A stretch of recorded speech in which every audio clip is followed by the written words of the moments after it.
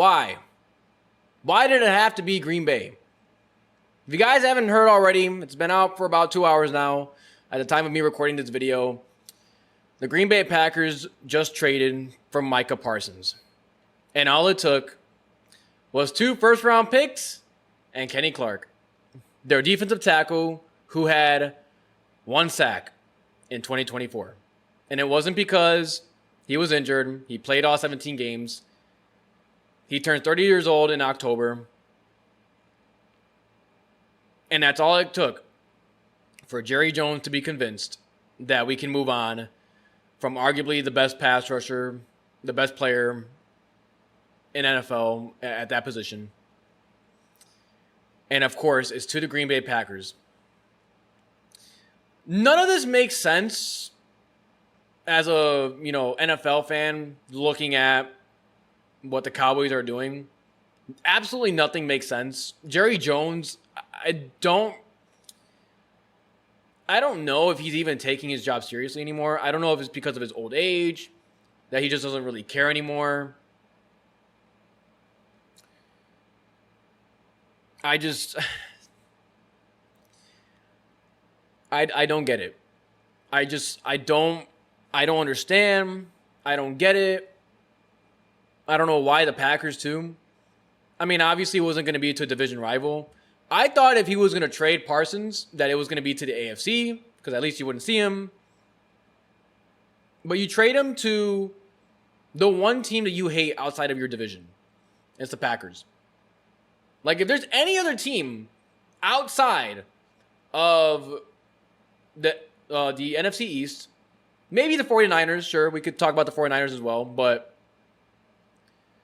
the Packers, man. Are you kidding me? The Packers, out of all 31 other NFL teams, the Packers. The freaking Packers, man. For Green Bay, obviously, this was amazing. A+, perfect deal. Does this mean that they're Super Bowl contenders, though? Maybe. I don't think so. But, if we're talking about last year, they were 11-6. And they were kind of fraudulent, not going to lie, because they couldn't really beat any good teams. They were 1-6 in the division. They were literally a field goal block away from being 0-6 and getting swept by the Bears. And last year of all year, probably one of the most dysfunctional Bears seasons of all time. I don't know why. Why would Jerry Jones make this move? Really quick, just to go on the Packers rant and just kind of talk about like what this means for them. They could win it, and just kind of going off of what last year looked for them. I would say the biggest issues for them, and I would say before the trade, I would say before the draft. Let's go with that. Before the NFL draft this past year, the Packers' main issues were no corners, no edge rushers, or not much in the pass rush department at least, and not enough at wide receiver. They have decent depth at wide receiver, but they don't have a wide receiver one. In a draft, they get Matthew Golden, who, by the way, has been looking great in preseason and during practice. So there's a chance he could be really good. On defense, you didn't even have to give up Rashawn Gary, because it was reported that they wanted 2 first-round picks and a young defensive star. So I was thinking maybe that'd be Rashawn Gary or Xavier McKinney, and I was thinking to myself, okay, well, that doesn't really move the needle for me then. They're not going to be contenders. Nope, they still keep both guys on their defense, add one more player, get rid of one player that was old and aging, and that was it. Now, they still have nobody at corner, and that's kind of what gives me hope here, but you took care of receiver, you took care of edge rusher. You've got a great head coach, you've got a great O-line, you've got a solid quarterback, you've got a great run game, you've got good safeties. Your defensive line is now good, linebackers are solid. There's a chance they win the division. Like a genuine chance. I wouldn't be mad at you if you said they would win it over the Lions. They gave Lions hell last year. Really close to beating them. I don't understand it, man. I wish Ryan Poles, and I'm looking at you, Ryan Poles, right now. I said this in one of my last videos about the Bears needing to trade for Micah Parsons. We needed to do this, not only for the fact of just having Micah Parsons and fixing the weaknesses on our defensive line, but also because the Packers were in the sweepstakes. This was the last thing I wanted to happen. In a division that's already tough, you already have to deal with the Lions. You already have to deal with the Vikings. The Packers actually were my choice for fourth place because they didn't have much of a roster outside of Jordan Love and Josh Jacobs. Like, they didn't have anything really. This heavily elevates their team. And they didn't have to give up much at all, really. 2 first-round picks, which, by the way, those first-round picks are going to be picks 24 through 32. They're not going to replace Micah Parsons with that. If I'm Dallas right now, commit to the rebuild. Seriously. Get rid of Dak Prescott. Get rid of that shitty contract he's got. $60 million a year is not worth it. You can still trade him for a first-round pick. I truly believe that. I don't think he's great, but he can still, I think he can still be a solid quarterback for somebody else and then give up a first-round pick. I would say do that. Keep CeeDee Lamb. I don't know what the fuck you were doing for trading for George Pickens. Trade Trayvon Diggs too, to be honest with you. Just commit to the rebuild. Just stack a bunch of draft picks. Draft Arch Manning next year. You're going to be a terrible team next year. You already know that. Welcome to being the Bengals, by the way. Yeah, they're the new Bengals, and they're actually worse than the Bengals because Dak Prescott's obviously not as good as Jamar Chase. CeeDee's not as good as Dak Prescott's not as good as Joe Burrow. CeeDee Lamb's not as good as Jamar Chase. And their defense is even worse now because at least the Bengals got Trey Hendrickson. At least they got Shamar Stewart. We don't know how he's going to be, but you at least address that. They went ahead and just went backwards. I feel so sorry for Jack Sanborn and Matt Eberflus, former Bears, now having to be on that defense without Micah Parsons.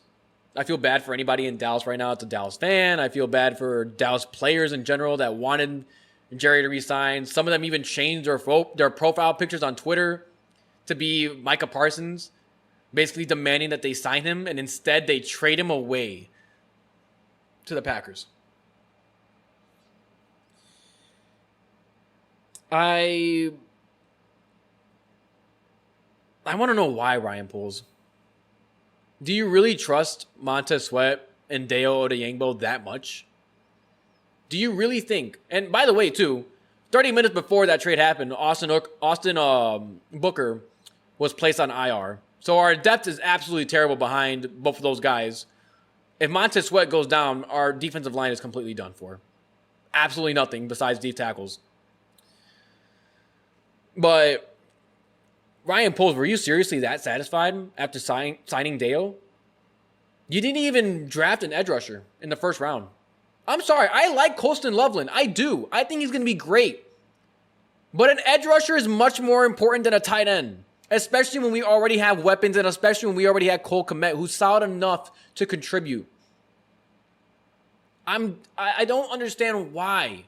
Why would you let this happen? And I say let happen. Obviously, some people, when I say that, they think, oh, Ryan Poles can't control, where Jerry Jones sends Micah Parsons to. Obviously, yeah. But there's such a term called outbidding.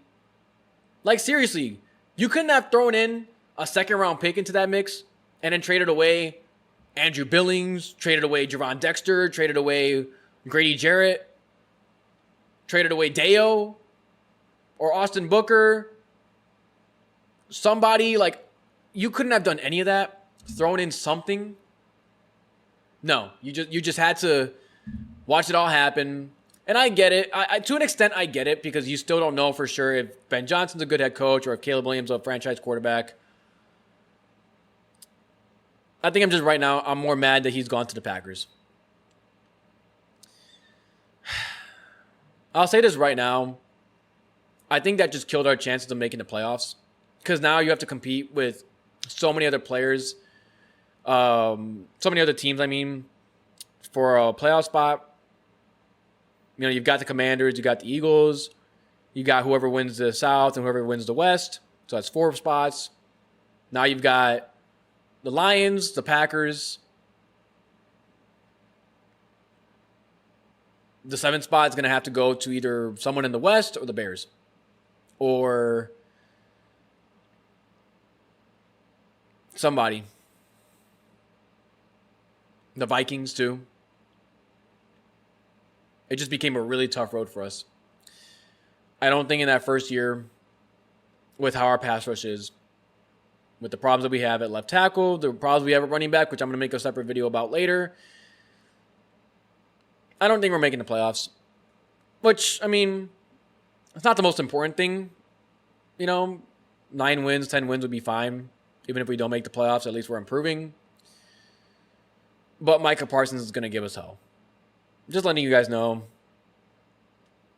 I could be overreacting a little bit right now just because I'm just really heated about this.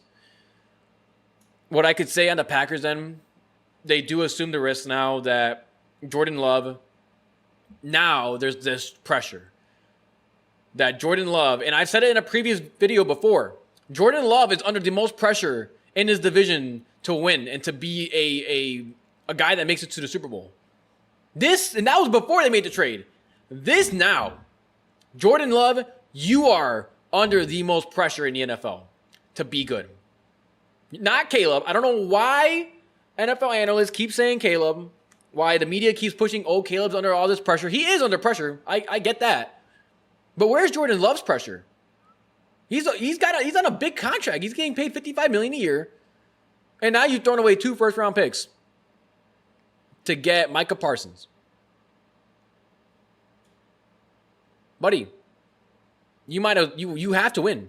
You have to win. There's no excuse. You have to win.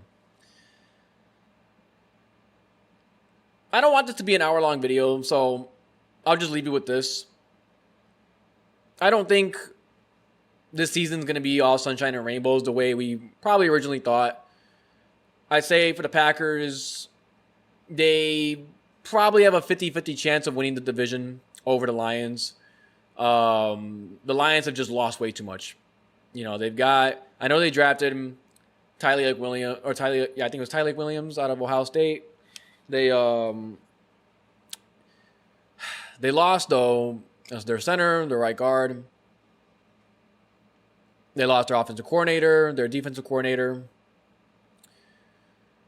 At least we now know what it feels like we now know what the Packers felt like in 2018 when we traded for Khalil Mack. So I guess there's that. But I'm going to end it right there, guys. Let me know what you guys think as Bears fans, as NFL fans. What do you think of this trade? Bear down, I'm out.